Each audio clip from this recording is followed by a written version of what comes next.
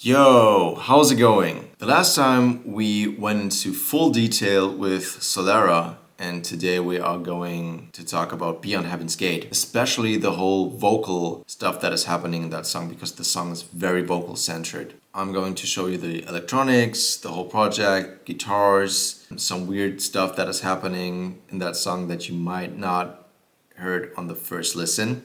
So be excited about that. All right, let's just jump straight in. First off, the intro guitars. These are very dry, left and right, very in-your-face intro guitars.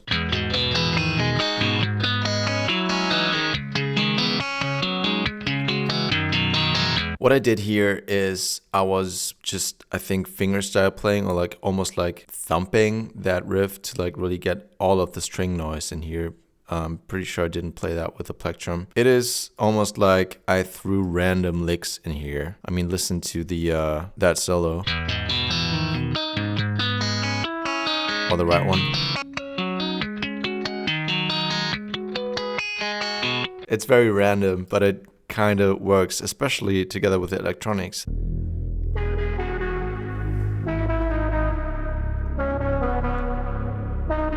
So we have the main melody played with a very nostalgic sounding lead.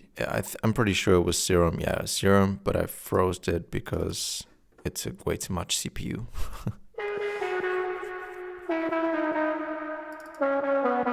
Yeah. The sub layer for the whole song is Anna 2, and the preset is called Essential. It is very warm and very organic in a way. You can see like the waves in here are very, very like moving left and right all the time. So I just love the warmth to it. The main riff is just basically chords. It's not really a riff. Starting off with the main guitars.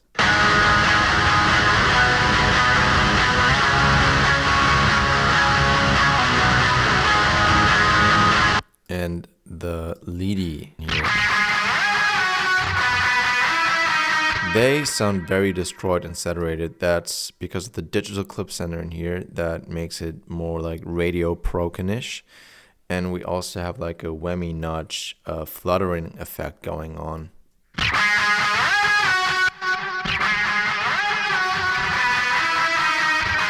Yeah, so that also brings like a little bit more of a nostalgic factor to it. Okay, so we got these, and the electronics are doing a lot of stuff.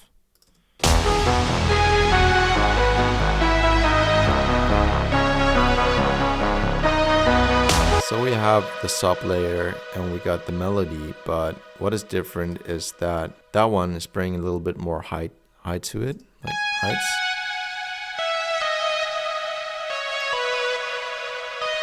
Very spacey and just very high frequency orientated, just to getting along with the cymbals. And we also have like an arpeggiator thing going on in here. Sorry, here.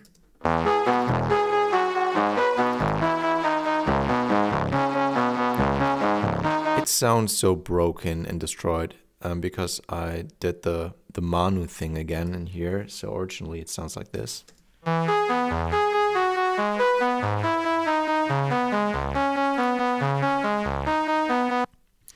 Pitched it down, full formants and full envelope.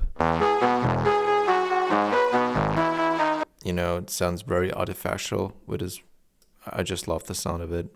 You guys already know. And I'm pretty sure I stole that melody from somewhere. I cannot figure it out from what song. As I wrote because like the riff, the OG riff comes from a YouTube video I did called Blueberry.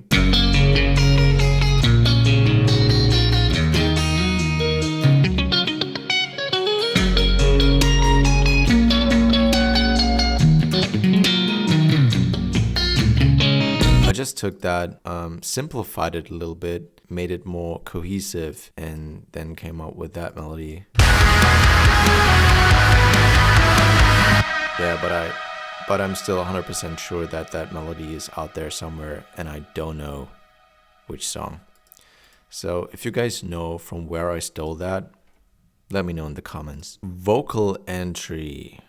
We can believe in things beyond heaven's gate. So we have a main voice in here. We can believe in things beyond heaven's gate. Vocal chain. People are asking me about the vocal chain and what I do with the vocals. I will break that down right now. So first off, autotune. I think the settings are quite simple. It's like 20, 20, 20. Nothing too crazy, especially for that song. I don't want it to sound like super robotic. First up, I don't know why I did EQing before compressing. Normally I don't do that because like if you start with an EQ and you compress afterwards, you also compress the frequencies that you don't want to have in there. So that's weird. I don't know why I did that. It was probably pretty late in the evening because I always mix right after I record. I'm just very excited about that, so I want to finish that. So I don't know, sometimes it just gets messy. But what I did in here is that, let me first show you the raw ones. We can believe in things beyond heaven's gate. So you hear the microphone is very warm, very low. It's actually that one. It's the SE Gemini 2. Comes with a preamp. Delicious. I really love it. It's really like just very warm. Because of that though, I need some 3K and some 2K. Oh, actually, I didn't do the 2K in here. I did like 1200. I boost that a little bit to bring more of like to do it more like more upfront. We can believe in. So that's just the EQ. Oh, cutting everything below 100 hertz in here. Because I think if I don't do it, it gets like a little bit wobbly. We can believe in Yeah. things beyond heaven's gate. So I don't need that. More EQ. We can. That is actually not doing anything. Okay, never mind. Compressing. We can believe in things beyond heaven's gate. Yeah, I just went a little crazy with the input. Attack at 4. So like very, like I would say mid attack rate.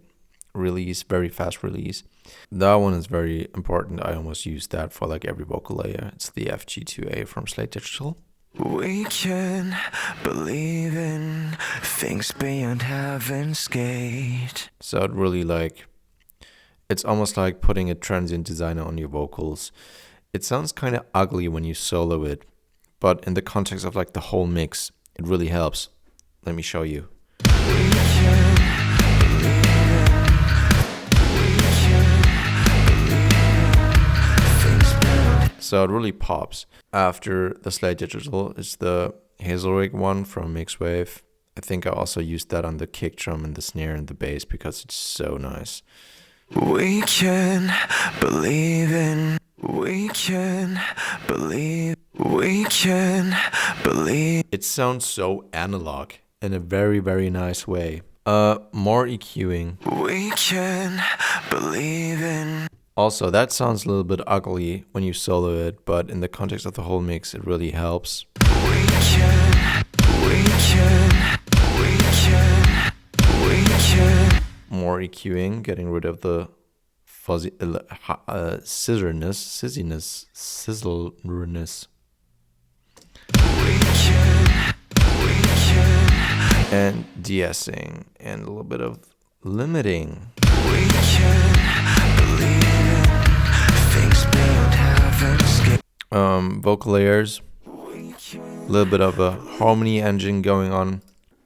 I don't know what the nice one is called again. I think it's called like Nexus or something. I don't know. But I was using the Antares harmony engine. Things beyond heaven's gate. So what I did here is I was dubbing the main vocals with head voice because it's very low. The main voice is very low, and it kind of misses a little bit more of the high frequency thing. So whenever I do that, or like sing with like a very energetic chest voice, I need some sort of backing vocals that adds high frequencies as well. So that adds a lot. We can believe in things beyond heaven's gate. Let's go to the pre-chorus. I think it just the guitars are coming in here.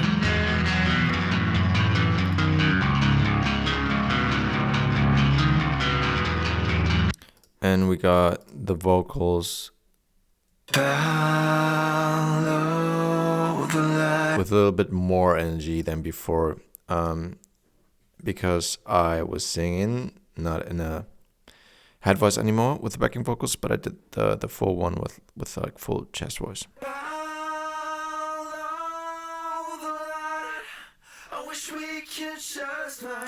And also, you guys probably noticed that I didn't like sync it perfectly, or even like not at all, because I wanted to have this very organic, raw indie rock feel to it. You know, I didn't want to have this perfect, because you can see the timing in here is like not good. You know, the left word ride is ending before the right one. Yep. Oh, the light. I wish we could just find. Okay, so chorus. The only thing that differs from that chorus is the vocal performance, because it has so many layers. I'm far away, really if only angel dust. I'm far away, I can try your wounds. Yeah, I love that. It's really such a shame that the choir thing is not that audible on the chorus track because it's so washy. But I just love it solo. All right, let's break it down. We got the vocal main one in here. I'm far away. You can really like hear that I sang that really loud. Because I really want to make it like a little bit more powerful, and I wanted to get like a little bit of the raspiness out of my voice.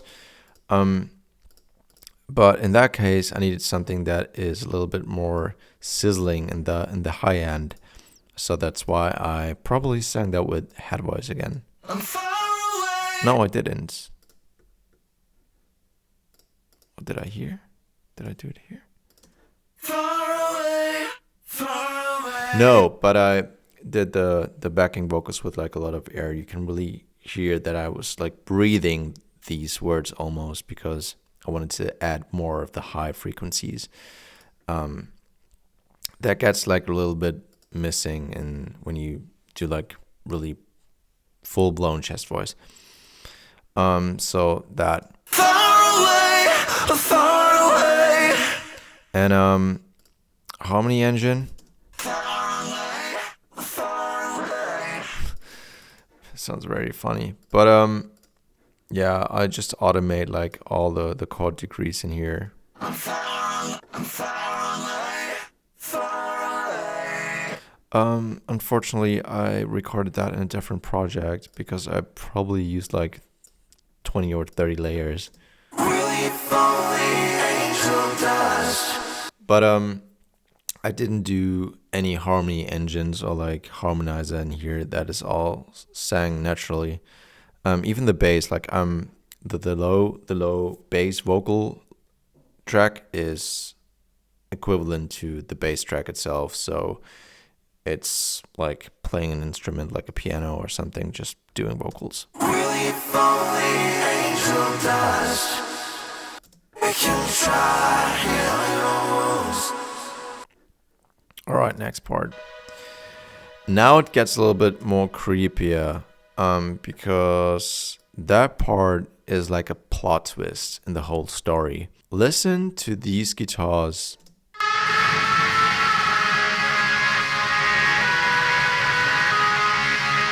You know, it's almost like it's out of tune, but that is intentionally because I really want to have these, like this very creepy feeling.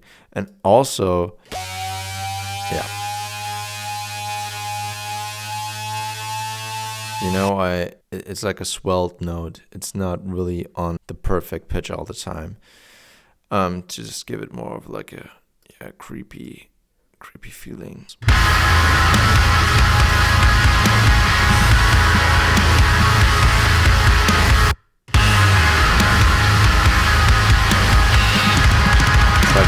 like a horror movie in here. Okay, so vocals.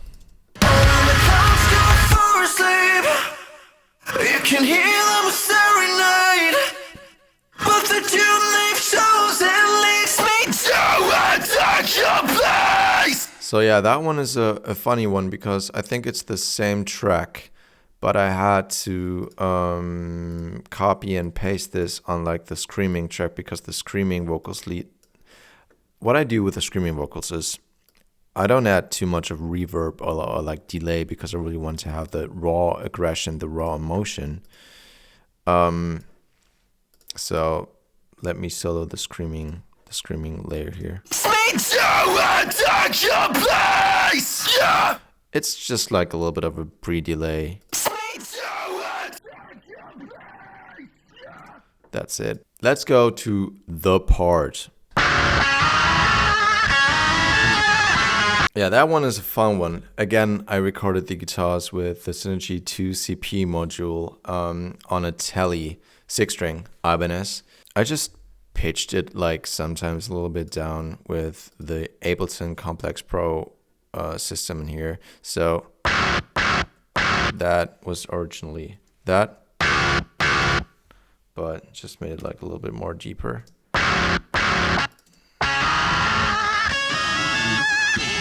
So yeah, going back and forth with like the pitching system, starting off like with an octave down and then an octave up. The very fast vibrato, I'm getting this by playing it very fast. Like that, it almost sounds like an Asian instrument, like an erhu or something. That sounds very haunting and creepy at the same time.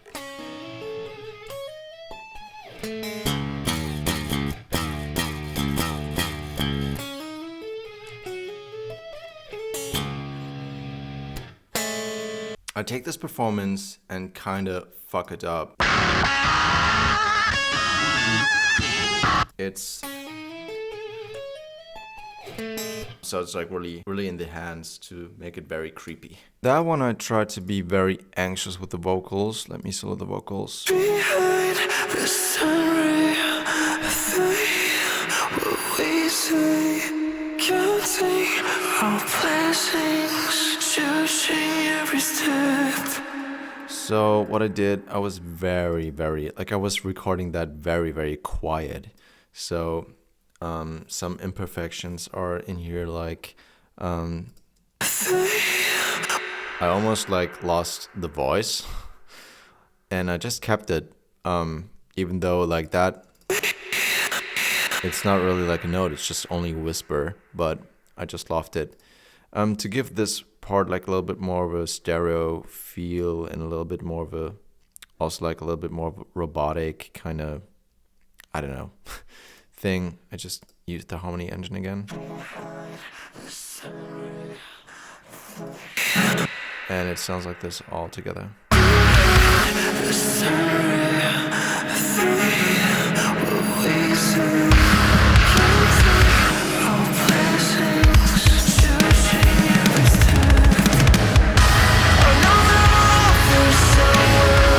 That part again, using the same tone as before with creating like some leads.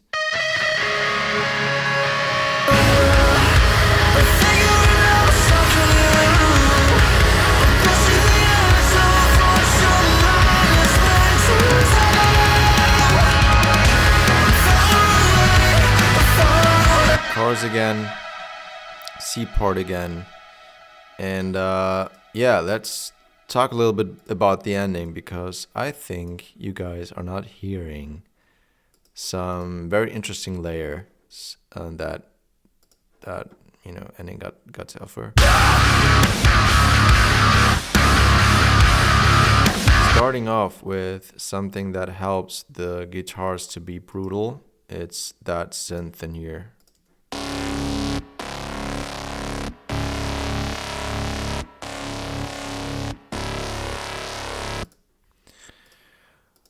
What really gives that part a lot of the bounce is actually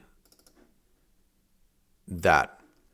So I'm using the Pro MB to basically every time the kick hits, that frequency got docked 3 dBs. So the kick has really its space in here.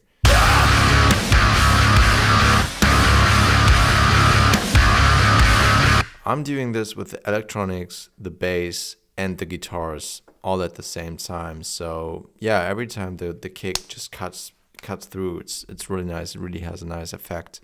I'm a little bit overdoing this on that part, but it's it's how it is. Also, we have this plot twisty, very scary pattern here. Sorry. Where is it?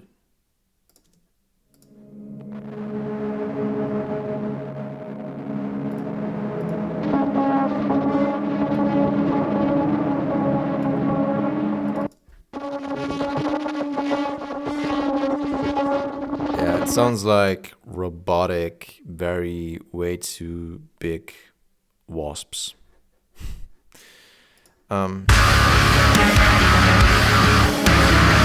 Ending the end part with the main melody.